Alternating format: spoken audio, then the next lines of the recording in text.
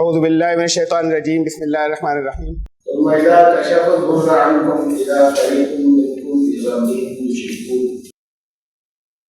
اور اس کے بعد جب وہ تم سے تکلیف کو دور کر دیتا ہے تمہیں وہ بھی ہے وہ گروہ بھی ہے کہ جو اپنے رب سے پھر شرک کرنے لگتے ہیں. اور میں یاد دلا دوں کہ اس سے پہلے جو آیت آئی تھی اس کی پھر بہت لمبی تشریح ہوئی تھی کہ اس میں یہ کہا تھا کہ نعمتیں جو ہے وہ سب اللہ کی دی ہوئی ہیں اور انسان کو یہاں پر جو نعمت عطا کی جاتی ہے تو انسانوں میں سے بعض وہ ہیں کہ جو اس نعمت کو اپنی محنت صرف اپنی محنت اور اپنی صلاحیت کی کمائی سمجھنے لگتے ہیں اور یہ ساری خرابیوں کی جڑ ہے. اس سے پورا نظام بگڑتا ہے اور اس سے وہ حق سمجھنے لگتے ہیں جو کچھ اللہ نے انہیں عطا کیا ہے اپنا، جبکہ قرآن نے یہ بتایا کہ جو کچھ وہ کماتے ہیں اس پہ حق کچھ دوسروں کا بھی ہے. پھر اس آیت کے ذہن میں میرے تفصیل سے اسلام کا اکنامک سسٹم، جو آرتھک اسلام کا اسلام کی ویوستھا ہے وہ سمجھائی تھی کہ مختصر اس کا خلاصہ یہ ہے کہ اسلام نے اس بات کے لیے، قرآن نے اس بات کے لیے لوگوں کو بہت ترغیب دی، بہت انسپائر کیا کہ خوب کماؤ. یہ دینداری نہیں ہے کہ آدمی پھٹے ہاتھ رہے. اور اس کے بعد اسلام نے یہ اجازت دی کہ جو کچھ بھی وہ اپنی ضرورتوں میں خرچ کر سکتے ہیں کرے، اسراف نہیں کرے، فضول خرچیاں نہ کرے، لیکن اچھا کماتے ہیں اپنے اوپر اچھا خرچ کر سکتے ہیں بشرطے کہ وہ ان کی ضرورت. اور اس کے بعد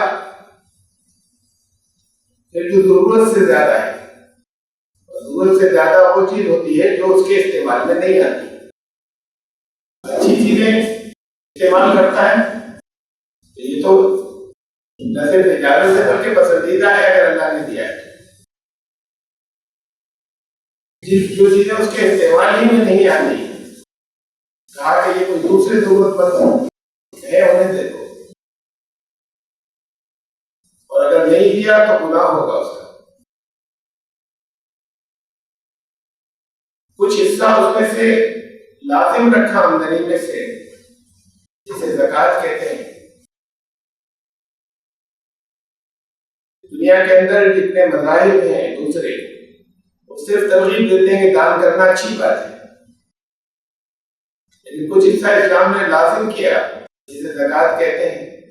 تو زکوٰۃ ادا کریں، اس کے علاوہ کچھ اس زکوٰۃ کے علاوہ لینے کا اسٹیٹ کی طرف سے وصول کرنے والا حصہ اسے زکوٰۃ کا ہے. جو لوگ نہیں دیں گے ان سے لی جائے گی اور وصول زبردستی کی جائے گی. اس کے علاوہ باقی پورا نظام اسلام کا ایمانیات پر ہے کہ اللہ پر ایمان ہی نہیں ہے، وہ ایمان رکھنے والے ہی نہیں ہے جو مال کو اپنا سمجھ رہے ہیں. ایمان لانے والوں کے بارے میں تو یہ کہا کہ ان اللہ اشترى من المؤمنین انفسهم واموالهم بان لهم الجنہ. ایمان لانے والے تو اپنی جان اور مال کا جنت کے بدلے اللہ سے سودا کر چکے. یہ اس کے بعد جو جتنی چیزیں ہیں وہ سب ایمانیات سے متعلق ہے کہ ایمان ہے تو تم یہ کرو گے. جو سوسائٹی یا معاشرہ، جو سماج اسلام نے بنایا ہے اس میں اخلاقی تعلیمات ہیں، نیتک شکشائیں ہیں. وہ نیتک شکشائیں اگر نکال لی جائے اور ان پر کوئی عمل نہیں کرے تو زبردستی والے قانون نہیں نافذ کیے، پورا سسٹم بگڑ جائے گا. وہاں یہ بتا دیا کہ اس کے بعد تمہیں اللہ کا جواب دینا ہے. جسے اس بات کا یقین ہو ان چیزوں پر عمل کرے گا. یہ سمجھتے ہو کہ بس یہی زندگی ہے، وہ لوٹ کھسوٹ میں لگے گی. زکوٰۃ کے علاوہ کہا کہ جو مال تم خرچ کرو گے اس پر تمہیں ثواب نہیں ملے گا، اجر نہیں ملے گا. اجر صرف اس حصے پر ملے گا، اس میں سے ہر حصے پر اجر نہیں ملے گا. اجر اس میں سے صرف اس حصے پر ملے گا جو تم ایسا خرچ کرو گے جو تمہیں پسند ہے، جو تم خود اپنے لیے پسند کرتے ہو. جب وہ خرچ کرو گے تو اجر ملے گا. اور جو خود تمہارے دل سے اتر گیا ہے، تمہارے استعمال میں نہیں آتا، وہ دینا ضروری ہے، وہ دے دو، لیکن اس پر اجر بھی نہیں ملے گا. اگر رہا تمہارے پاس تو گناہ ہوگا. ہوڈنگ مت کرنا، جمع مت کرنا. کمیونسٹ نظام کی طرح یہ نہیں کیا اسلام نے کہ یہ پاور ساری اسٹیٹ کو دے دی ہو کہ وہ ہر ایک سے چھین کر دوسروں میں بانٹے. یہ سسٹم پورا ایک دوسرے کی ہمدردی کا بنایا. اور جو لوگ اس سسٹم اور اس نظام پر عمل نہیں کرتے، وہ چاہے جیسا دعویٰ کرتے ہو ایمان والے ہی نہیں ہیں. رسول اللہ صلی اللہ علیہ وسلم نے اخلاقی تعلیمات یا نیتک شکشائیں دیتے ہوئے بھی ایمان ہی کا نام لیا کہ اگر پڑوسی بھوکا رہ جائے اور تم پیٹ بھر کر کھا لو تو ایمان نہیں بچا، تم ایمان والے نہیں چاہے جتنی نمازیں پڑھتے ہو. یہ ذمہ داری بھی تمہاری تھی جاننے کی کہ پڑوسی کے ایسے حالات ہیں کہ اس کے گھر چولہا نہیں جلا، بجائے اس کے کہ وہ مانگنے آئے اور وہ بتانے آئے.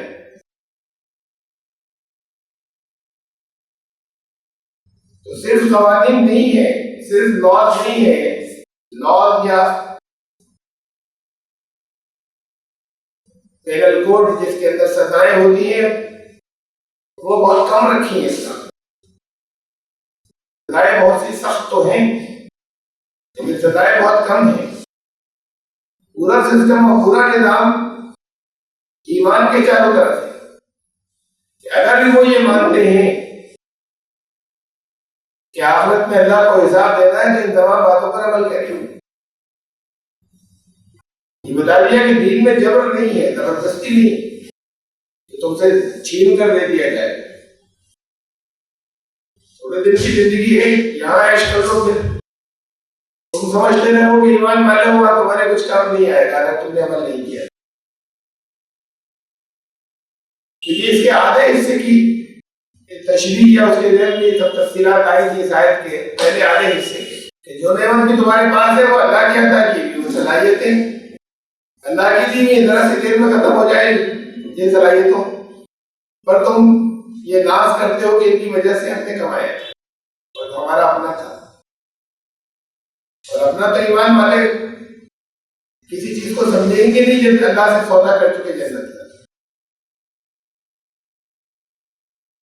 اس کے اگلے حصے میں کہا کہ ثم اذا مسکم الضر فالیہ تجارون. دونوں طرح کے حالات آتے ہیں. اللہ کی طرف سے کشادگی، فراخی، پراسپیرٹی یہ بھی آتی ہے، تنگی بھی آتی ہے. یہ حالات بھی زندگی کے اندر آتے ہیں. جن کے پاس بہت پیسے ہوتے ہیں ان کی زندگی میں بھی تنگی آتی ہے، دقتیں آتی ہیں، پریشانیاں آتی ہیں. خالی پیسوں ہی کی تنگی کی بات نہیں ہے. کہا جب تمہیں کوئی پریشانی ملتی ہے، پریشانی پہنچتی ہے، تب یاد کرتے ہو اللہ، تب دعائیں بھی بہت کرتے ہیں، تب نمازیں بھی پانچوں وقت کی پڑھتے ہیں، تب اپنی زندگی میں سے اور جتنی بے دیداریاں وہ بھی ساری ختم ہو جاتی ہیں. اب لگے اللہ سے مانگ رہے ہیں. نعمت کے دنوں میں یاد نہیں کیا. نعمت کے دنوں میں بھی کہ ہماری محنت تھی اور ہماری صلاحیتیں تھی. تمہاری ہی تھی تو کہاں گئی؟ تمہاری ہی تھی تو پھر دوبارہ کیوں نہیں حاصل کر لیتے؟ پھر یہ دوبارہ پھر اتنے پکے والے کیسے دیندار ہو گئے؟ یہ ہر وقت دعاؤں کا اہتمام ہونے لگا. یہ کیسے ہونے لگا؟ یہ پہلے جب بہت کچھ ملا ہوا تھا تب دعائیں نہیں تھی، تب اللہ کے فضل کی اور ضرورت نہیں تھی. تو اب جب دوبارہ اسی سے تڑپ تڑپ کر مانگ رہے ہو تو یہ کیوں نہیں سوچتے کہ جب ملتا ہے تب بھی اس سے، تب بھی ایسی زندگی کی ضرورت ہے، تب بھی ایسے تعلق کی ضرورت ہے، تب بھی اس سے اپنا فضل مانگنے کی ضرورت ہے. اور جب اس نے دیا ہے تو پھر اس کا خرچ بھی ویسے ہی کرنا ہے، اس کا مینجمنٹ بھی ویسے ہی کرنا ہے جیسے اس نے بتایا. اب اسی سے مانگ رہے ہو. تمہارا اپنا تھا تو اس سے مانگنے کی ضرورت کہاں ہے؟ جو کچھ تمہیں ملتا ہے تمہاری صلاحیتوں کی وجہ سے مل جاتا ہے. تمہاری صلاحیتوں سے پھر لے لو، تم پھر مانگو، پھر حاصل کر دو. تو پھر جب تکلیفیں پریشانیاں آتی ہیں تو پھر اسی سے تو فریاد کرتے ہو نا. تو پھر نعمت کے دنوں میں اس بات کو کیوں نہیں یاد کرتے؟ یہ آیت تھی جس کی یہ تفصیل چل رہی تھی. درمیان میں بہت سی باتیں میں نے اس میں رکھی تھی. اور پھر اس کے بعد اگلی آیت میں فرمایا کہ اور اللہ سے جو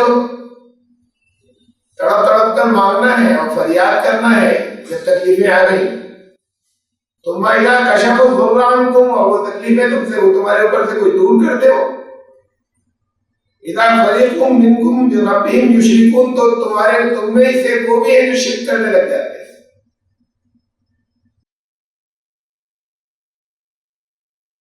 تو یہ جو ایمان والے ہیں جن کا صحیح ایمان ہے، وہ جب نعمتیں آئیں بھول جاتے ہیں اسے. دعائیں ویسی کہ اتنی دعاؤں کی پابندی ختم ہو جاتی ہے، پھر جو پابندی سے نمازیں چل رہی تھی وہ کم ہو جاتی، پھر جو اور بے ضابطیاں تھیں وہ چیزیں کم ہوتی ہیں زندگی. اور جب تکلیف ہٹتی ہے دوبارہ ویسی زندگی ہو جاتی ہے. ایسا تھوڑی ہوتا ہے کہ اس کے بعد پھر کوئی مورتی پوجا کرنے لگے. اور وہ لوگ، وہ ایک پوری بھیڑ جو جانتی ہی نہیں کہ یہ کلمہ کو بھی بہت سے طرح طرح سے شرک کرتے ہیں، جو پوری بھیڑ یہی نہیں جانتی، وہ تو تکلیف کے دنوں میں بھی شرک کرتے ہیں. غیر اللہ کو پکارتے ہیں کہ وہ مدد کرے ان کی. ایسا تھوڑی کہ تکلیف دور ہونے کے بعد شرک کرنے لگتے، اس سے پہلے نہیں کر رہے. تکلیف کے دنوں میں بھی وہ سب جاری رہتا ہے کہ ان کے دینے والے اور بہت سے ہیں. زندگی تو بدل جاتی ہے لیکن اس بدل جانے میں، مانگنے میں، تڑپنے میں، پھر ملانے میں وہ ان کو شریک کیے رہتے ہیں جو غیر اللہ ہے. تو پھر اس کا مطلب کیا ہے کہ تم میں سے کچھ وہ جب تکلیف دور ہوئی تو پھر دوبارہ شرک کرنے لگ جاتے ہیں، یا پھر شرک میں مبتلا ہو جاتے ہیں. جو ان چیزوں کو شرک سمجھتے ہی نہیں وہ تکلیف کے دنوں میں بھی شرک کرتے رہتے ہیں. اور جو ان چیزوں کو غیر اللہ سے مانگنے کو کہ یہی مشکل کشا ہے، جو اس بات کو جانتے ہیں وہ تکلیفیں دور ہونے کے بعد بھی دوبارہ کوئی ان کو مشکل کشا نہیں بناتے. اس لیے یہ غور کرنے کی بات کہ اس میں اصل بات کیا کہے گی کہ جب تکلیف تمہاری دور ہو جاتی ہے تو تم میں سے کچھ وہ پھر شرک کرنے لگتے ہیں. یا شرک کسے کہا جائے؟ شرک کی بہت سی قسمیں میں نے آپ کو بتائی، آتی نہیں قرآن شریف کے اندر. شرک صرف مورتی پوجا کو نہیں کہتے، شرک صرف اسے نہیں کہتے کہ اللہ کے سوا دوسروں کو بھی حاجت روا مشکل کشا مانے. شرک صرف اسے نہیں کہتے. اللہ کے سوا دوسروں کو بھی قانون بنانے کا حق ہے، ان کا بھی حکم نافذ ہو، اسے بھی شرک کہتے ہیں کوئی اگر ایسا مانتا ہے تو. قرآن کہتا ہے قرآن یہ کہتا ہے کہ اگر تم نے اپنے خواہشات کے اوپر چلنا شروع کر دیا جانتے بوجھتے، اللہ کے قانون کو جانتے ہوئے، تو تم نے اللہ کے قانون کے ساتھ میں اپنے نفس کو تم نے الہ بنا لیا ہے اللہ کے ساتھ. یہ بھی شرک ہو گیا. شرک کی بہت سی قسمیں بتائی. اگر تم نے فرقے بنا لیے تو وہ بھی شرک ہو گیا. قرآن کہتا ہے اس لیے کہ فرقے تو جب بنیں گے جب قانون الگ الگ ہو جائیں گے، لوگوں کے یہاں دین کے مذہب کے قانون الگ الگ ہو جائیں گے، تبھی تو فرقے بنیں گے، اور اللہ کا تو ایک قانون ہے۔ تو پھر یہ درمیان میں کسی اور کے بھی قانون بیچ میں گھسے اور شامل ہوئے، وہ بھی شرک ہو گیا۔ تو فرقوں میں فرقے بنانے کو قرآن شرک کہتا ہے۔ یہاں شرک کس چیز کو کہا ہے؟ شرک کی قسمیں ہیں۔ اس سے پہلے کہا تھا کہ جب نعمت ملتی ہے تو خوب ایٹتا ہے، سمجھتا ہے ہماری کمائی ہے، ہماری محنت کی اور ہماری صلاحیتیں تھیں، یہ پچھلی آیت میں ہی کہا۔ اور جب تکلیف آتی ہے تب ہر وقت اللہ کو پکارتا ہے۔ پھر اس آیت میں فرمایا کہ اور تکلیف کو جب وہ دور کر دیتا ہے تو پھر ان میں سے کچھ لوگ شرک کرنے لگتے ہیں۔ یہ شرک کون سا ہے؟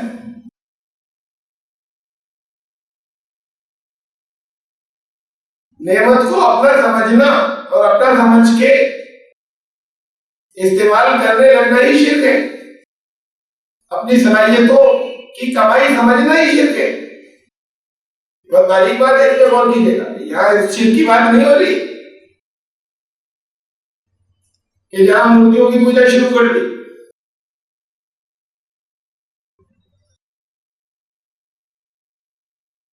نعمت اللہ کی دی ہوئی نہیں ہے، صرف تمہاری صلاحیتوں سے ساری تمہاری کمائی ہے، یہ بھی شرک ہے۔ یہ سمجھنا، یہ دل میں اتر جانا۔ اللہ کے ساتھ میں، اللہ کی صفت کے ساتھ میں کہ وہی عطا کرنے والا ہے، تم نے اپنی صلاحیتوں کو شریک کر لیا، یہ شرک ہو گیا۔ تو پھر جب تکلیف دور ہو جاتی ہے تو پھر شرک میں مبتلا کہ سب ہماری محنت کی کمائی ہے۔ اس محنت کی کمائی جو تمہیں محنت ہے اس میں تمہاری اور صلاحیتیں بھی ہیں، لیکن وہ اللہ کی عطا کی بھی صلاحیتیں تھیں جو 1 منٹ میں ختم ہو سکتی تھی۔ اور پھر اللہ ہی کی ڈسٹریبیوشن ہے کہ کچھ لوگوں کو کم دی تھی صلاحیتیں، کچھ کو صحت کم دی تھی، کچھ کو موقع اور ذرائع کم دیے تھے، کچھ کو زیادہ دیے تھے، کچھ کو نعمت زیادہ دی تھی، کچھ کو صلاحیتیں زیادہ دی تھی، کچھ کو صحت زیادہ دیتی تھی، اور یہ کہہ دیا تھا کہ جو کچھ تم کما رہے ہو سب تمہارا نہیں ہے۔ اس میں کماؤ، اچھے طریقے سے رہو، اچھے طریقے سے خرچ کرو، لیکن جب ایمان والے ہو اور جنت کا سودا کر چکے اللہ سے اپنے جان و مال کے بدلے میں، تو تمہارا کب بچا؟ تو اللہ نے تمہیں اجازت دی کہ اپنے اوپر اچھے طریقے سے خرچ کر لو، لیکن اب پھر بہت سے اس میں حقوق ہیں، بہت سے لوگوں کے رائٹس ہیں اس کے اندر۔ میں نے پچھلی بار یہ بھی بتایا تھا کہ سوشلسٹ نظام کا فلسفہ تو یہ ہے کہ کمائے تو اتنا، ہر آدمی اتنا کمائے جتنی اس میں صلاحیت ہے، ہر ایک اتنا کمائے، لیکن اس کے بعد بس اتنا خرچ کرے جتنی اس کی ضرورت ہے، اور ضرورت بھی اسٹیٹ ہی دے گی کہ تمہاری ضرورت اتنی ہے، بس اتنا تمہیں دے دیا، باقی خرچ کرے۔ انسینٹیو ختم ہو جاتا ہے۔ کیوں کوئی پھر اگر زیادہ صلاحیت والا زیادہ کمائے گا جب کمی مل رہا ہے؟ وہ نظام بڑھنے والا اور ترقی والا نہیں رہتا۔ تو اسلام نے یہ جبر نہیں رکھا زکات کے بعد، زبردستی نہیں رکھی، لیکن یہ باتیں کر دی کہ اگر ایمان والے ہو، ایمان ہے تمہارے اندر، تو پھر یہ کرو گے، ورنہ تمہارا دعویٰ ہے خالی ہے کہ کلمہ وہ ہے تمہارا، یہ تمہاری خالی اپنی جھوٹی تمنائیں ہیں جو تمہارے دل میں بن رہی ہے، یا کسی نے دیا، لوگوں نے تمہیں یقین دلا دیا کہ کچھ لوگ تمہارا دامن ان کا دامن پکڑ لو گے تو کچھ لوگ تمہارا ہاتھ پکڑ کے نکال کر لے جائیں گے، تو ایمان ہی نہیں ہے اگر ان سارے تقاضوں کو پورا نہیں کیا۔ پھر جب اسے شرک کہا قرآن میں، کہ تم نعمت کو اپنا سمجھنے لگے. اور سسٹم کے نظام کے بارے میں بتا رہا تھا کہ میں نے پچھلی بار بہت تفصیل سے سارا وقت اسی آیت کے اوپر گیا تھا جو پچھلی آیت تھی کہ ان کا سسٹم اور نظام تو یہ ہے. اس کے مقابلے میں ایک یہ ہے، ایک سرمایہ داری نظام ہے کہ ہم نے جو کچھ بھی کمایا وہ سب ہمارا ہے اور اس پر ہمارا حق ہے، اس لیے ہماری صلاحیت ہمارے پیسوں اور ہماری محنت سے کمایا. اسلام نے اس کو اخلاقی ضابطوں کے ساتھ باندھا ہے، اس لیے کہ وہ سرمایہ داری نظام یہ نہیں کہتا کہ آگے عزت میں حساب بھی دینا ہے. اسلام نے کہا عزت میں آگے حساب بھی دینا ہے، اپنی محنت سے کماؤ، اپنے اوپر خرچ بھی کرو. یہ اسٹیٹ طے نہیں کرے گی، یہ حکومت طے نہیں کرے گی، قانون طے نہیں کرے گا کہ تمہاری ضرورت کی نہیں. ضرورتیں زیادہ ہو سکتی ہیں، اچھے طریقے سے رہو، لیکن جتنی چیزیں اس میں تمہارے پاس ایسی ہیں کہ جو تم استعمال نہیں کرتے وہ تو گھر سے نکالو اور دوسروں کی ضرورت کی انہیں دو، اس پر اجر بھی نہیں ملے گا. اور وہ چیزیں جو تمہیں پسند ہے وہ دو گے تو تمہیں اجر بھی ملے گا. زکات کے علاوہ پھر بہت سی اور چیزیں بتائیں کہاں کہاں لاتے میں دینا، ورنہ ایمان نہیں رہے گا. قانون تو نہیں چھینے گا لیکن ایمان جاتا رہے گا. تو یہ قرآن کے طالب علموں کے لیے بہت اہم ہے کہ قرآن نے کہاں کہا کس کس چیز کو شرک کہا ہے.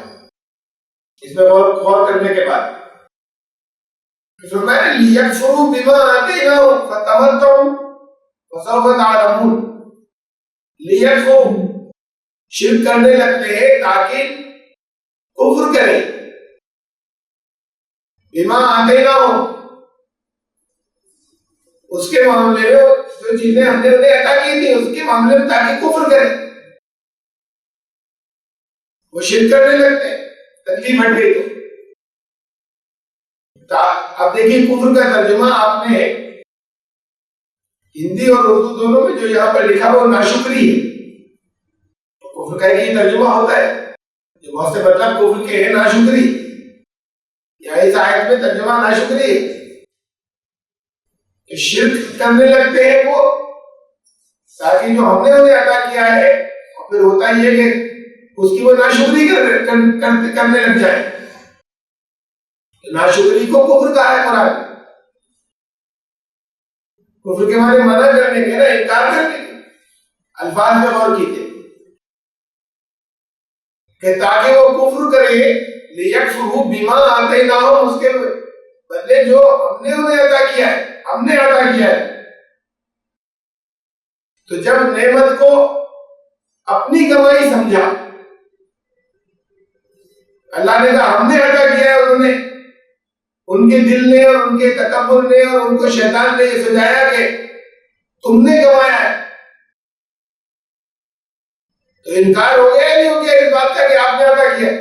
یہ کفر ہو گیا، یہ انکار ہو گیا کہ آپ نے دیا تھا.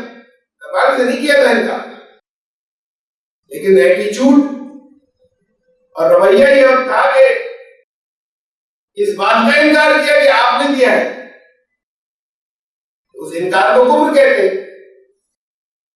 تو دل میں یہ بیٹھ جانا جو اللہ کی نعمتیں ہیں کہ آپ نے کیا دیا، ہم نے کمایا، اسے ناشکری کہتے ہیں. اس لیے یہاں پر ناشکری کفر کے معنوں میں ہو جاتی ہے. اس لیے کفر کے ایک معنی ناشکری کے کہ پھر وہ شرک کرنے لگتے ہیں اس کے معاملے میں جو ہم نے انہیں دیا ہے. بما آتیناہم فتمتعوا، تو ٹھیک ہے کرو تھوڑے دنوں عیش، تم نے اپنی چیز سمجھی ہے تو تھوڑے دنوں خوب خرچ کر لو اس میں سے. اس لیے کہ زندگی یہاں ختم ہونے نہیں جا رہی. اس زندگی میں بھی، یہاں اس دنیا میں بھی ہو سکتا ہے تم سے چھین لیا جائے. اور یہ زندگی تو ایک تسلسل ہے، ایک کنٹینیوٹی ہے، لگاتار چل رہی ہے. اس میں ایک دروازہ آئے گا، اس دروازے سے داخل ہو کے اپنی زندگی میں داخل ہو جائیں گے. اس دروازے کو موت کہتے ہیں. موت کا مطلب خاتمہ نہیں، ایک زندگی سے دوسری زندگی میں انٹری. اگلی زندگی شروع ہو جائے گی یا ختم تھوڑی ہو رہی ہے. اب عیش کر لو کچھ دنوں. اگر تم یہ سمجھ رہے ہو فسوف تعلمون، نتیجہ جلدی آ جائے گا سامنے. وہ اس دروازے سے پہلے بھی آ سکتا ہے جسے موت کہتے ہیں، اور اس کے بعد کچھ. زندگی ختم نہیں ہو گئی، اس دروازے سے نکلے ہیں آگے گئے ہیں وہاں پکڑ لے گا. وہاں بدقسمتی پکڑ لے گی، وہاں تمہارے اعمال کے نتائج تمہیں پکڑ لے گے، تمہیں معلوم ہو جائے گا. اگر تم نے یہ سمجھا ہے تو ٹھیک ہے، کرو کچھ دن عیش. اور تمہیں صرف اتنا نظر آتا ہے جو کچھ وہ یہاں پر اس موت کے دروازے سے پہلے ہے، تو اس بات کو یاد رکھو کہ یہ جو پوری زندگی ہے اس میں سے یہ حصہ بہت چھوٹا سا ہے، وہ آگے کا بہت بڑا ہے. دونوں میں کوئی مقابلہ ہی نہیں ہے، وہ اتنا لمبا ہے. اس کے بعد نتیجہ یہاں بھی آئے گا، یہاں نہیں آئے گا تو آگے آ جائے گا. یہ مت سمجھنا کہ یہاں پر نہیں آیا یا تم نے کچھ لوگوں کو دیکھا کہ ان کے سامنے نہیں آیا تو نتیجہ نہیں ملا. پھر وہ اس جگہ آپ مل رہا ہے ان کو جہاں تمہیں وہ نظر نہیں آئے، تو تمہیں جلد معلوم ہو جائے گا. وہ جلد معلوم ہونا یہاں اس دنیا میں بھی ہو سکتا ہے. فسوف تعلمون وَيَجْعَلُونَ لِمَا لَا يَعْلَمُونَ نَصِيبًا مِّمَّا رَزَقْنَاهُمْ. یہ بھی بہت گہرائی سے سوچنے کے الفاظ ہیں اس آیت کے اندر جو آ رہے ہیں. یہ جو سامنے سے بظاہر لفظی ترجمے سے جو کچھ ذہن میں آتا ہے، اصل میں اس سے اور زیادہ ڈیپ بہت کچھ ہے. جیسے پچھلی آیت میں وہ شرک کا مطلب یہ نہیں تھا کہ وہ مورتی پوجا کرنے لگے، نعمت کو اپنی کمائی سمجھنے لگے دوبارہ اور اسی کے مطابق عمل کرنے لگے اپنی زندگی میں، تو وہ شرک ہو گیا. ایسے یہاں پھر یہ فرمایا کہ وَيَجْعَلُونَ لِمَا لَا يَعْلَمُونَ نَصِيبًا، اور پھر وہ جنہیں جانتے بھی نہیں ان کے لیے کچھ حصہ بناتے ہیں. مِمَّا رَزَقْنَاهُمْ، جو روزی ہم نے دی ہے، اللہ نے فرمایا روزی ہم نے دی ہے، حصہ اس میں سے ان کے لیے رکھتے ہیں جنہیں وہ جانتے بھی نہیں.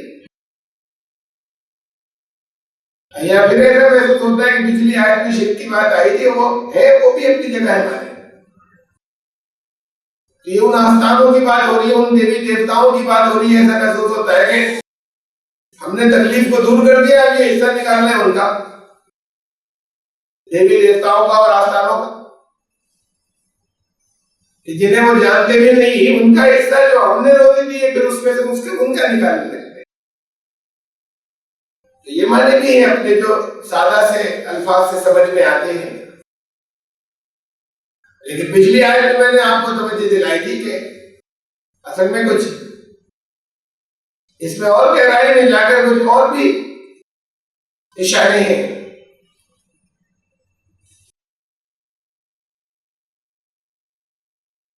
کہ جو جنہیں وہ جانتے بھی نہیں ان کا حصہ نکالتے ہیں. روزی ہم نے دی، وہ تو دعویٰ کرتے کہ ہم جانتے. بھائی کسی دیوی کا حصہ نکال رہے ہیں کہ ہاں یہ فلاں دیوی کا ہے، جاننے کا کیا مطلب ہے؟ آپ کتنے جانتے ہیں اللہ؟ اللہ نے کہا کہ فرمایا کہ اپنی جو کچھ تمہارے پاس ہے اس میں سے اللہ نے کہا اللہ کو قرض حسنہ دے دو. تو آپ تو جانتے بھی نہیں اللہ کو. کیا جانتے ہیں؟ نام ہی تو جانتے خالی، اس سے زیادہ تو کچھ نہیں جانتے. ایسے ہی وہ بھی کہے کہ ہم تو جانتے ہوتے بھی دیتا ہوں، تم اللہ کو جتنا جانتے ہو اتنا ہی ہم نہیں جانتے. اللہ سے آپ بھی نہیں ملے، وہ بھی دیوی دیوتاؤں سے نہیں ملے. اللہ کے بارے میں آپ نے بھی دوسروں سے سنا، اپنے بڑوں سے سنا، انہوں نے بھی دوسروں سے سنا، اپنے بڑوں سے سنا. تو یہ بات کہاں سے آئے گی جنہیں وہ نہیں جانتے؟ روزی میں ان کا حصہ مقرر کر لیتے ہیں جب اللہ دیتا ہے. جاننے کا مطلب ہے کہ اللہ نے کہا کہ اللہ کو دو، اللہ کے راہ میں دو، اس کے لیے کچھ نیم بتائے، کچھ ضابطے بتائے، کچھ قانون بتائے، کچھ رولز بتائے۔ تو جو لوگ ان ضابطوں اور رولز کے خلاف کرتے ہیں اور دوسروں کو دیا کرتے ہیں، تو وہ یہ نہیں جانتے کہ غلط جگہ دے رہے۔ جس نے دیا تھا اس کے ضابطوں کے مطابق خرچ کرنا تھا، یہ رولز اس کے بنائے ہوئے نہیں ہیں، وہ یہ نہیں جانتے، اور اس نہیں جاننے کی وجہ سے اس لا علمی میں وہ غلط جگہ خرچ کرتے ہیں اور سمجھتے یہ ہے کہ ہم سارا اپنے اوپر خرچ نہیں کر رہے بلکہ ہم دے رہے ہیں اپنے مال میں سے، صحیح جگہ دے رہے ہیں، صحیح راستے میں خرچ کر رہے ہیں، اور وہ راستہ صحیح نہیں ہوتا، وہ نہیں جانتے۔ اب یہ رینج بہت لمبی ہو گئی، اس میں وہ دیوی دیوتا تو آتے ہی ہیں جو بظاہر سامنے سے آیت کے الفاظ سنتے ہی سمجھ میں آئے گا کہ مطلب یہ ہے کہ ان کا حصہ نکالا، روزی اللہ نے دی تھی، ان جگہوں پہ خرچ کیا جو اللہ کے بنائے ہوئے قانون کے مطابق وہ نہیں علم رکھتے تھے، وہاں خرچ کیا کہ جو قابل قبول نہیں ہوگا، وہ خرچ پھر بھی کیا تو گیا، اور نہ صرف بیکار گیا بلکہ بہت نقصان دے گا۔ یہ جگہ کہ جو اللہ کے قانون کے مطابق خرچ نہیں ہوا، یہ بھی بہت سی ہے، یہ صرف دیوی دیوتاؤں والی نہیں ہے، یہ صرف بزرگوں کے نام پر جگہ جگہ پیسے دے دینا، وہ ضرورت مندوں کو کہاں دیتے ہیں، مختلف آستانوں میں جو بیٹھے ہوئے ہیں کمائی کرنے والے، ان کے پاس جا رہا ہے، اس کمائی پر وہ عیش کر رہے، لوگ دیکھتے ہیں، لوگ جانتے ہیں۔ جیسے غیر مسلم اس بات کو خوب دیکھتے اور خوب جانتے کہ پنڈت کی جیب میں جا رہا ہے، کسی دیوی دیوتا کو نہیں پہنچ رہا ہے، جو وہ دیوی کے نام پر دے کے آتے ہیں، جو دیوتاؤں کے نام پر دے کے آتے ہیں، کس کی جیب میں جا رہا ہے وہ دیکھتے ہیں، وہ جانتے ہیں۔ اس میں جتنے نوٹ ہیں وہ لوگ رکھ لیتے ہیں، اور جتنی چیزیں اتنی زیادہ ہو جاتی کہ استعمال نہیں کر سکتے، کتنی مٹھائی کھائیں گے، کتنی اسٹور کر لیں گے تو باہر بیچتے ہیں واپس، کتنا ناریل کھائیں گے وہ باہر بیچتے ہیں واپس، کتنی چادریں اپنے گھر اکٹھی کر لیں گے تو پھر باہر بیچتے ہیں واپس۔ یہ بھی جانتے ہیں دیکھنے والے کہ نہ تو خدا کو جا رہا ہے، نہ بزرگوں کو جا رہا ہے، یہ کہیں اور جا رہا ہے، اور ان کی زندگی بھی دیکھتے کہ یہ اس کمائی سے عیاشیاں کر رہے ہیں، ان کی زندگیوں کو بھی دیکھتے ہیں اور جانتے ہیں، انہیں برا بھی کہتے ہیں، برا بھلا بھی کہتے ہیں، اور پھر بھی کرتے ہیں۔ تو یہ ان کے علم کی کمی ہے، یہ کہ نہیں جانتے کہ غلط جگہ خرچ کر رہے ہیں، خرچ بھی کیا۔ یہ تو ایک حصہ ہے جو میں نے بتایا، جو زکاتیں لوگ دیتے ہیں وہ نہیں جانتے کہ کہاں خرچ کر رہے ہیں، کیا اللہ نے نہیں کہا تھا اللہ کے قانون میں خرچ کر رہے ہیں، اس کے 8 ہیڈ بتا دیے قرآن شریف میں کہ یہ کہاں خرچ ہوگی، ابھی اور بہت سی ضرورتیں وہاں کچھ اور خرچ ہوگا، لیکن یہ زکات ان 8 ہیڈ میں سے کسی جگہ خرچ ہوگی، یا آپ خود خرچ کیجئے، یا آپ کو معلوم ہونا چاہیے کہ جو لے کر جا رہا ہے، ایسا نہیں کہ ہم نے دے دیا ہماری ذمہ داری ختم، اب تو سارا گناہ یہ ہوگا جو لے جا رہے ہیں۔ یہ دینے والے کی ذمہ داری ہے کہ وہ یہ بھی دیکھے کہ سچ مچ وہاں جائے گا یا نہیں جائے گا جس کے نام پر جا رہا ہے، اس سے آنکھیں بند کر لینا۔ اور ایک یہ لا علمی یہ بھی نقصان پہنچانے والی ہے کہ کہاں دینا تھا، کہاں خرچ کرنے کو قرآن نے بتایا، کہاں نہیں کہا، وہ زکات کا حصہ کہاں خرچ ہونا تھا؟ آپ اپنی مرضی سے نہیں طے کریں گے کہ ہم اس سے یہی کام کرا دیں، وہ بھی کرائیے، وہ زکات سے الگ کے روپے سے کرائیے۔ زکات کا ایک خاص پرپس تھا، ایک خاص مقصد تھا، وہ وہی خرچ ہوگی۔ یا آپ کچھ لوگوں کی معرفت خرچ اگر کر رہے ہیں تو آپ یہ جاننا بھی آپ کا کام ہے کہ وہ صحیح جگہ جا رہی ہے، وہ وہاں خرچ ہو رہی، وہی خرچ ہوگی جو اسلام نے جو ہے بتایا۔ ایسا نہیں کہ وہ اپنی مرضی کے قانون بنا لیں گے کہاں خرچ کر لیں۔ تو جو ہم نے انہیں روزے دیے اس میں سے وہاں خرچ کر دیتے ہیں، وہاں دے آتے ہیں جہاں لوگ جانتے نہیں ہیں وہاں دے دیتے ہیں۔ تو یہ اللہ کو نہیں پہنچی، تمہارا عمل یہ اللہ کو نہیں پہنچا، اور یہ اللہ کا شکریہ نہیں ہوا اللہ کی نعمت کا۔ تاللہ لتسألن عما کنتم تفترون، اللہ کی قسم، اللہ نے خود اپنی قسم کھائی، تم سے لازماً سوال کیا جائے گا کہ یہ جو تم افترا کرتے ہو، یہ گڑھتے ہو چیزوں کو کہ یہ نہیں، یہ ٹھیک ہے، جو کچھ اللہ نے بتایا صرف وہ ٹھیک ہے، یہ گڑھی ہوئی باتیں ہیں، جیسے یہ گڑھی ہوئی ہے کہ وہ دیوی دیوتا کچھ فیض پہنچا دیتے ہیں کہ اس میں سے نکال کر انہیں دے دیا، ایسے یہ بھی گڑھی ہوئی بات ہے کہ جو اسلام نے صاف لفظوں میں، قرآن نے صاف لفظوں میں بتا دیا کہ کہاں جانا تھا، تم اس کے علاوہ خرچ کر دیتے ہو، یہ تم نے خود گڑھا قانون۔ تو اللہ نے اپنی قسم کھائی کہ اس کا تم سے سوال کیا جائے گا۔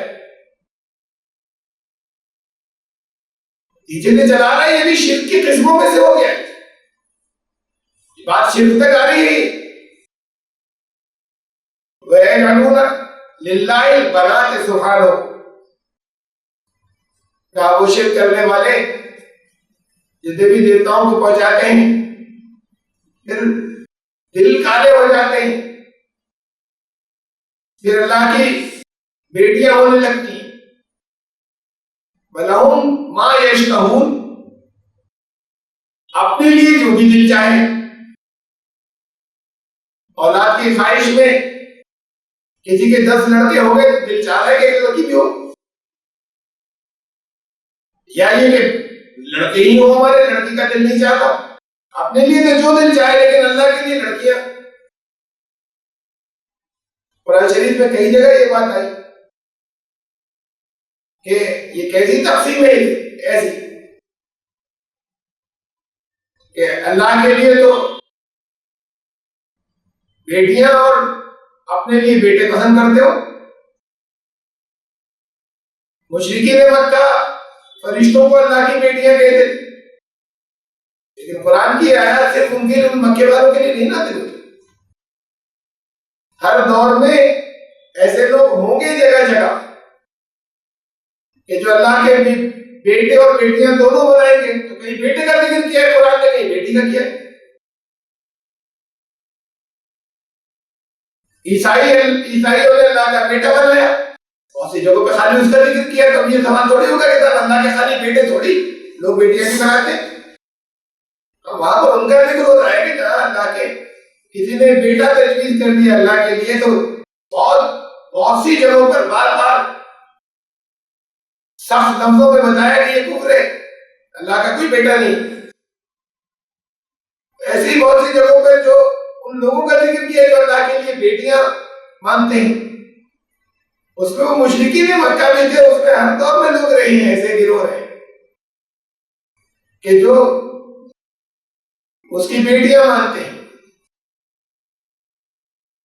ہمارے یہاں جو بہت سی ہندوستان میں، ہندوستانی مذہب کے اندر جو بہت سی دیویاں مانی جاتی ہیں، اس میں سرسوتی دیوی کو برہما، اس کے بارے میں جو یہاں میتھولوجی ہے، اس میتھولوجی میں وہ برہما کی بیٹی ہے اور پھر برہما کی بیوی بن گئی بات ہو۔ اب وہ حصہ تو بہت بےہودہ ہے اور لمبا ہے، جو طرح طرح کی میتھالوجی میں وہ چیزیں ہیں کہ وہ اس بیٹی کو کیسے انہوں نے اپنی بیوی بنایا. لیکن سرسوتی ایک دیوی ہے، خدا کے 3 ٹکڑے کر کے برہما ایک خدا ہوا. یہ اصل سناتن دھرم میں نہیں تھا، وہاں تو برہما ایک خدا کی ایک صفت کا نام تھا. لیکن جب شرک آیا تو برہما پیدا کرنے والا خدا ہو گیا. اب اس نے، اور ابھی جب کوئی عورتیں نہیں تھی تو پھر اس نے نسل کیسے چلائی؟ تو کہیں تو یہ ہے کہ اپنے جسم سے وہ 2 حصے بنا. یہ طرح طرح کی کہانیاں ہیں پرانوں کے اندر، اور بعض پرانوں کے اندر کہانی بہت بےہودہ ہے کہ وہ اپنے اسپرمز کو مادے مرمیہ کو اکٹھا کرتا رہا ایک برتن کے اندر، اور پھر اس کے اوپر توجہ ڈالی اور توجہ مرکوز کی، اس سے سرسوتی پیدا ہوئی. تو یہ اب یہ دیوی کیسے پیدا ہوئی؟ اس کو دیومالا یا وہ کہانی بےہودہ یا خوش ہو رہا وہ اپنی جگہ، لیکن وہ اس نے پیدا کی، اس نے بنایا، اس نے تخلیق کی. تو یہ سرسوتی کو ان کے یہاں بہت سے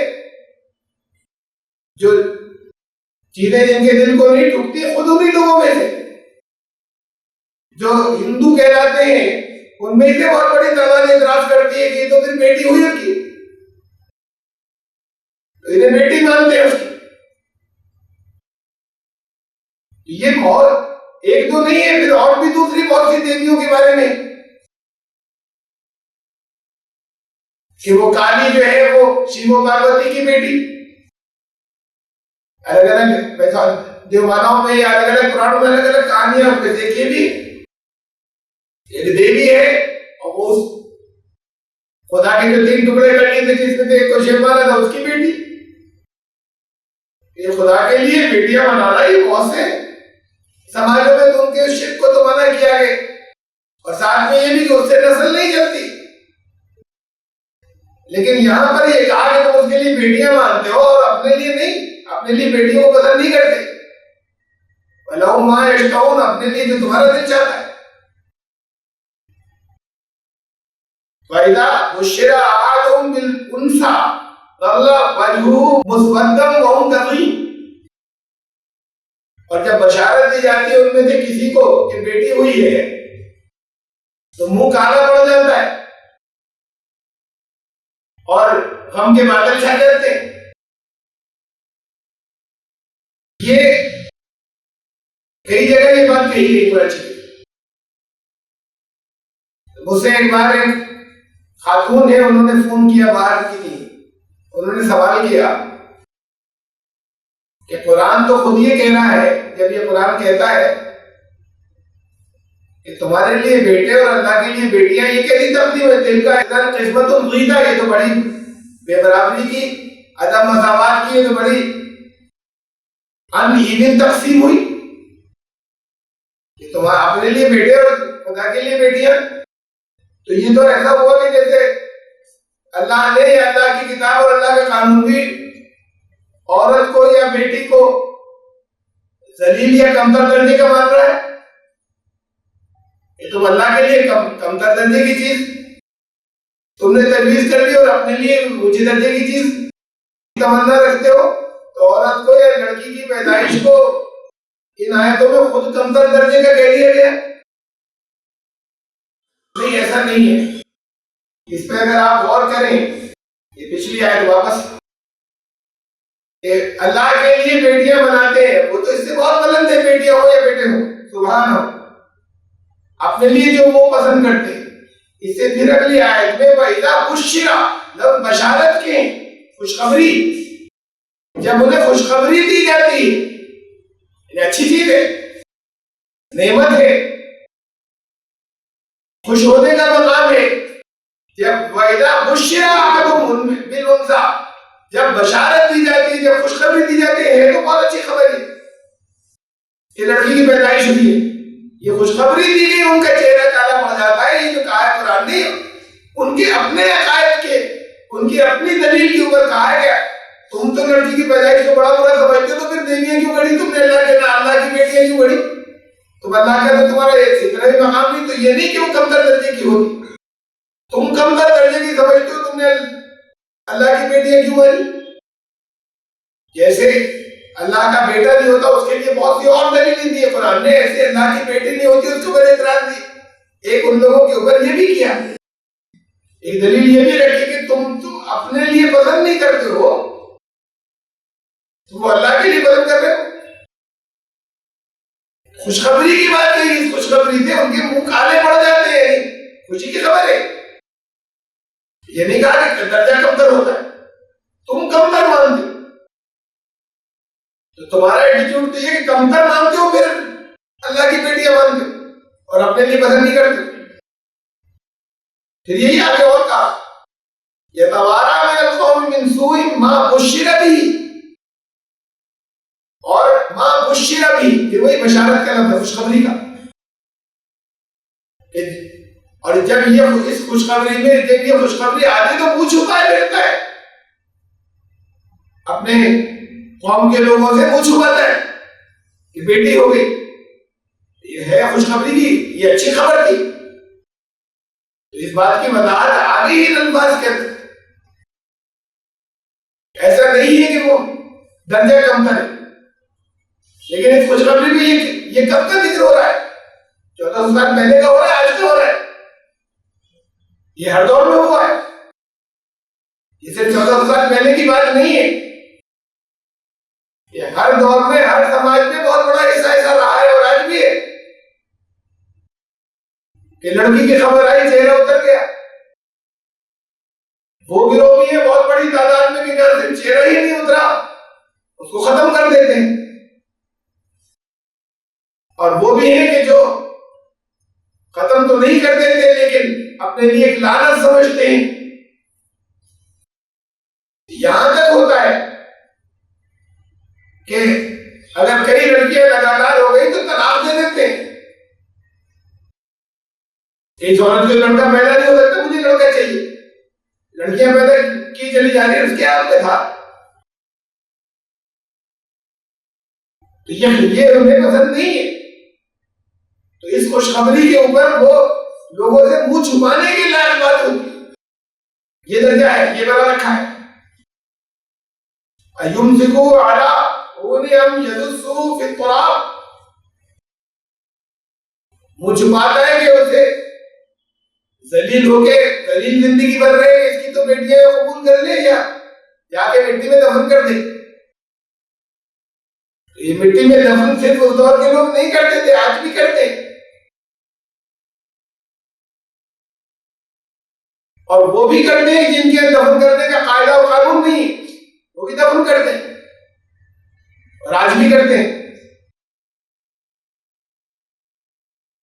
چھوٹے بچے کو ان کے یہاں بڑوں کو تو جلایا جاتا ہے، چھوٹے بچے کو دفن کیا جاتا ہے، تو ایسا نہیں کہ قرآن نے کہیں پر بھی کوئی بھی بات کہی کہ انہیں کیا معلوم، بہت سے لوگ تو جلاتے ہیں،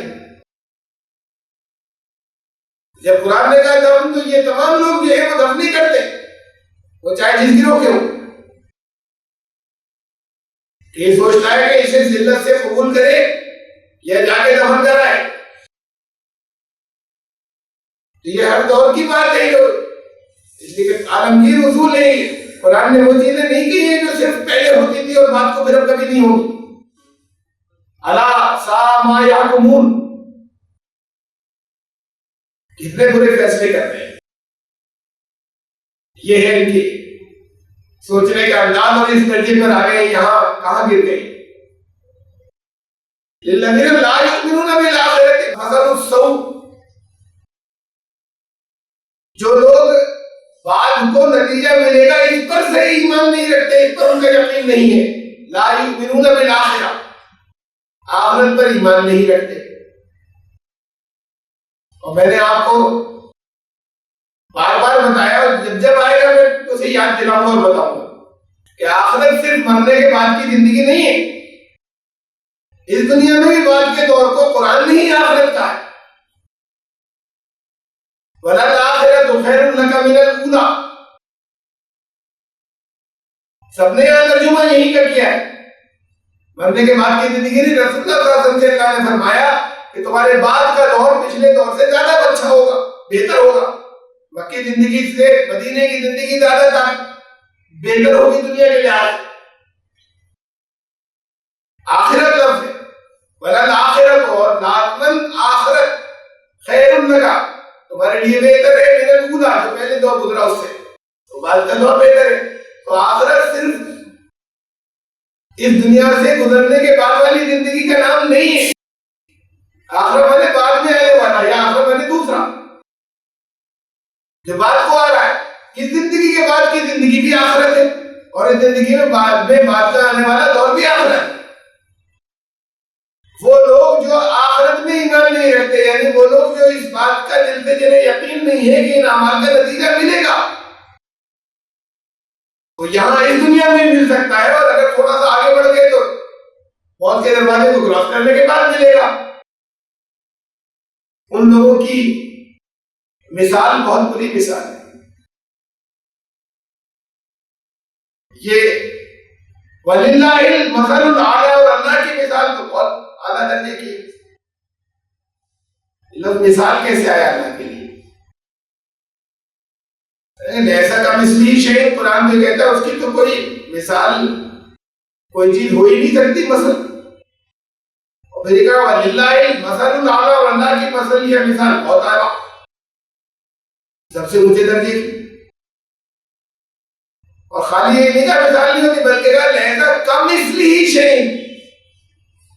یہ کمثلہ پہ غور کیجیے. کمثلہ جیسا، کمثلہ بھی مثال، کام زبر کا جیسا، اور مثلی لفظی ترجمہ اس کے مثال کی مثال نہیں ہوتی. کمثلی کا یہ مطلب ہے اس کے مثال کی بھی کوئی مثال نہیں دے سکتے. اتنا تمہارے جو اصل وہ حقیقت ہے، اصل ذات تمہاری سمجھ سے اتنے اوپر ہے. مثال تو دی اس کی جاتی ہے جسے جانتے ہیں ٹھیک سے. ان چیزوں کی مثال ہوتی ہے دوسروں کو سمجھانے کے لیے.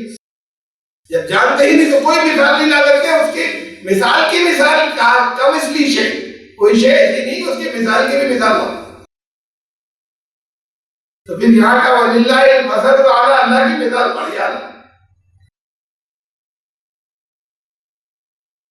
آگے وضاحت ہوگی وَهُوَ الْعَزِيزُ الْحَكِيمُ. وہ تو عزیز ہے، زبردست ہے، وہ حکمت والا ہے، وہ قوت والا ہے.